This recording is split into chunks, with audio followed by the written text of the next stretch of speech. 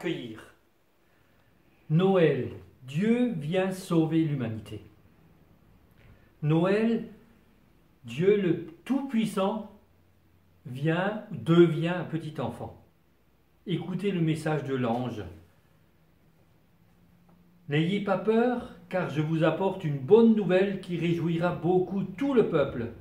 Cette nuit, dans la ville de David, il est monté sur le trône. Le Tout-Puissant est venu parmi nous. Avec une couronne en or, bien sûr, mais il n'y avait pas le gratin de l'Empire pour l'acclamer, ni un cheval rutilant conquérant, ni un avion présidentiel avec un grand tapis rouge. Non, le texte dit tout à fait autre chose. Il est né, enveloppé de l'ange et couché dans une crèche. Jésus vient au monde comme un tout petit. Mais ce monde est trop petit pour le recevoir. Comment reconnaître dans cet enfant à qui l'on donne une étable pour maternité celui qui vient sauver l'humanité?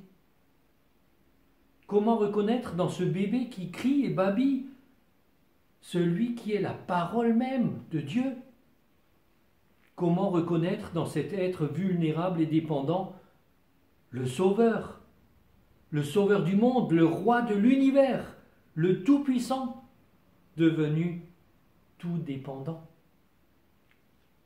Un enfant n'est donc pas trop petit pour être Dieu. Dieu n'est pas trop grand pour devenir un enfant. Il s'abaisse. Il sait se mettre à notre niveau. Et je comprends que je peux lui ouvrir mon cœur pour l'accueillir chez moi. Dans la confession de foi, nous confessons tous les dimanches « Je crois en Dieu, le Tout-Puissant ». À Noël, le Tout-Puissant renonce.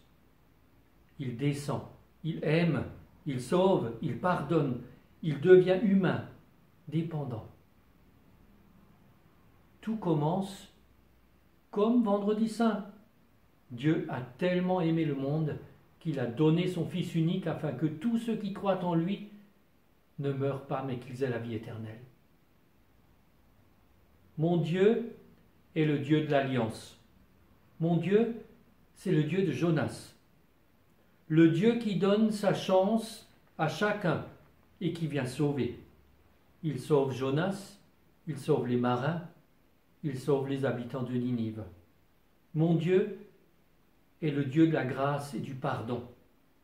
Il nous rejoint dans nos peurs, nos doutes, nos lassitudes, dans nos refuges, dans nos désespoirs. Mon Dieu est le Dieu qui sauve. Il est amour, pardon, bonté. Il est fidèle, miséricordieux, bienveillance. Pas étonnant, dit Dieu, que votre histoire soit tissée de rendez-vous manqués. Vous m'attendez dans la toute-puissance et je viens à vous dans la fragilité d'une naissance. Vous me cherchez dans les étoiles et je vous rencontre dans les plus petits de mes frères. Vous me rangez dans les vestiaires des idées reçues et je viens à vous dans la fraîcheur de la grâce. Vous me voulez comme une réponse et je viens vous poser des questions. Oui, Noël, c'est bien plus que les illuminations des vitrines et des sapins. Noël, c'est bien plus que les marchés de Noël, les concerts et les festins. Noël, c'est Jésus. Noël, c'est accueillir Dieu qui fait irruption dans notre monde, dans notre vie, dans nos familles. Et si nous l'accueillons, c'est sûr, il y aura des bouleversements. Luther disait « Et si Jésus était né 1000 fois à Bethléem, mais pas dans ton cœur, ce serait quand même en vain. En vain. »